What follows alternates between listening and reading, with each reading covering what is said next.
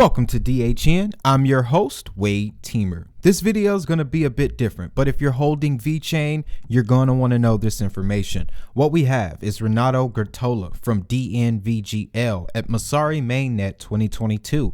In this presentation, he not only goes into the history of DNV and Vechain, he also goes into some coming utility for Vechain in relation to those SDG goals I am always telling you guys about. It's a very interesting listen. There will be a part 2. As always, you know what I want you to do. Have a great day, have a prosperous day, and most importantly, if that money is digital, so is the hustle. Enjoy the video, and I'll see you in the next one. Today, I'm going to share with you how two entities, namely Vechain and DNV, believes that blockchain could be a perfect solution for helping enterprise and societies at large in tackling the sustainability challenge. I'm Renato Grottola. I'm currently both member of the steering committee of Vechain Foundation and the global director for growth and innovation in DNV. Just a few words about who DNV and Vechain are. DNV is one of the largest trust and assurance provider in the world. DNV is owned 100% by a foundation, which was established in 1864.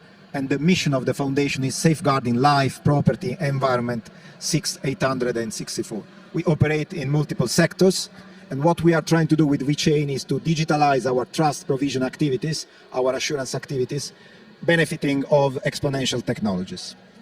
Vechain is a layer 1 blockchain entity, is a layer 1 blockchain platform, which is managed by Vechain Foundation, headquartered in San Marino, currently moving headquarters from Singapore to San Marino, and operating all over the world with a growing team which is taking care of future development of Vechain Tor blockchain platform and future development of the ecosystem. You need to be able to share across all participants both cost and value in a fair way. Okay? So far, you can't do this by thinking to set up an ecosystem using traditional organizational model. This kind of models are, by definition, much less hierarchical than a company and much more decentralized than a company is. So let's try to connect dots and let's try to understand why we are talking today in a blockchain conference about ecosystems. Well, if you look at the technology, at distributed ledger technology, from a principle point of view, you could start connecting what I said so far with what the technology is. First of all, DLTs, blockchain in common terms, is by definition a decentralized technology which is allowing peer-to-peer interaction. So, for example, if you connect this concept to the concept of the supply chain, you will see that implementing a model based on a blockchain solution could easily allow players to interact, which means share information, but maybe ultimately also sharing some form of value through a technology which allows this by nature.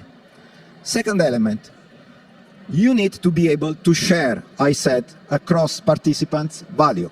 Well, another feature of blockchain technologies, such as tokenization, the possibility to mint NFT, gives the possibility at the same time to transfer and move value across players, but also to give an identity to player itself.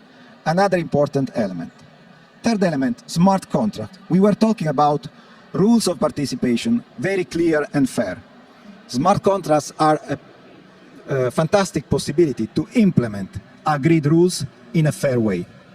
Fourth element, decentralized autonomous organization. Well, rule of participation could no longer be decided by one player, but could be built with the consensus of a balanced interest of all stakeholders, not only developers, everybody. So, I hope that we are start connecting the need of ecosystem, which is a societal need, with the importance and the power of blockchain in relation to this ecosystem as well. And we have done this since the beginning of 2017 through a number of steps that are getting more and more concrete and are turning into a series of deliverable of product prototypes that are all sharing the same vision. This is a partnership which is a long-term partnership. I mean, we should not rush. This is a challenge which will engage the entire society for the next decades. So here we have time in front of us, and we should try to stay away from rushing because it's important just to make an announcement. Let me go into some further detail. First of all, I said that one of the most important ingredients in this equation is to have a suitable level 1 technology. We believe Vechain is that suitable technology for three different reasons. First of all, the governance which is behind the blockchain platform itself, and in particular the consensus mechanism which is used, that is making blockchain one of the greenest blockchain platform in itself. Second element, we believe that the role of a blockchain entity, governing entity, should be to make sure that users, developers and adopters are finding this technology easy to be implemented. And there are a number of initiatives that are trying to address this need. Third element, obviously, the layer 1 technology should be in a position to support all those features which are essential for a specific use case to be implemented. What is our vision about that? Well, first of all, Vechain, together with DNV, wants to become the layer 1 technology that is basically the natural choice for tackling any kind of sustainability-related challenge. Second element, Web3 and decentralized autonomous organization are key in order to implement this vision, because are key in order to implement successful ecosystem. In order to do this, three elements are required. First of all, a sustainable infrastructure. The infrastructure itself should be in line with the vision. Second element, you need to develop a number of specific technology features. Third element, you need to trigger the discussion. So you need to be able to start and start operating examples of sustainable ecosystems. Let's enter into a bit more detail for each of these categories. First element, this is the technology roadmap of Vechain Tor platform. And this technology roadmap is following three different streams. First of all, you can't be the by nature choice of sustainability-related solutions if you are not walking the talk. So the first stream is trying to make sure that when Vechain is utilized as a technology, first of all, is utilized and is creating a lower footprint than any other comparable technology. Second element, since Vechain is used by society, adopters, users and enterprises, Vechain should be in a position to provide this stakeholder with the exact quantification of what the Vechain is affecting their own carbon footprint. Third element, this information should be shareable, and in order to make this process as much as transparent as possible. Second stream, you need to trigger the discussion, you need to enable the stakeholders to use this technology, but you can't be alone. You need also to make sure that your community progressively is aligning their own efforts to support the development of those features which are needed for any kind of sustainability-related solutions. Third element, you should incentivize and promote the delivery of a number of applications that are in line with this vision. And here you find a set of examples of deliverable and solutions that will be delivered either by Vechain Foundation, or by the DNV and Vechain Foundation, or by other players. And this kind of solution are basically related to the real world, are affecting problems that are daily life, for example, in supply chains.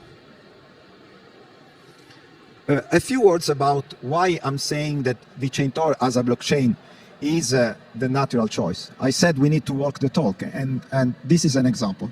So the entire consumption of Vechain Tor blockchain for 1 year is equal currently to only 2.4% of the energy which is needed in order to mine a single Bitcoin. First, comparison element.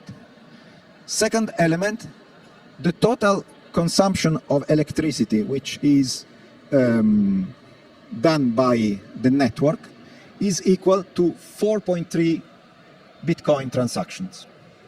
Third element is just a comparison with another layer 1 in terms of what is the energy consumption required for one transaction compared to a peer layer 1 platform.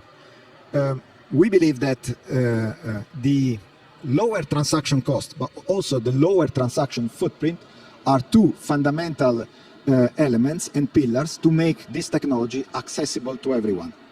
A first concrete outcome of this all-in action on sustainability is represented by the fact that starting from 2023, the Vechain Explorer will be able to show the carbon footprint of all the 101 authority nodes, and will be able to associate to every single transaction the carbon footprint of that transaction, thus allowing the user and the enterprise to embed this calculation into their own footprint calculation.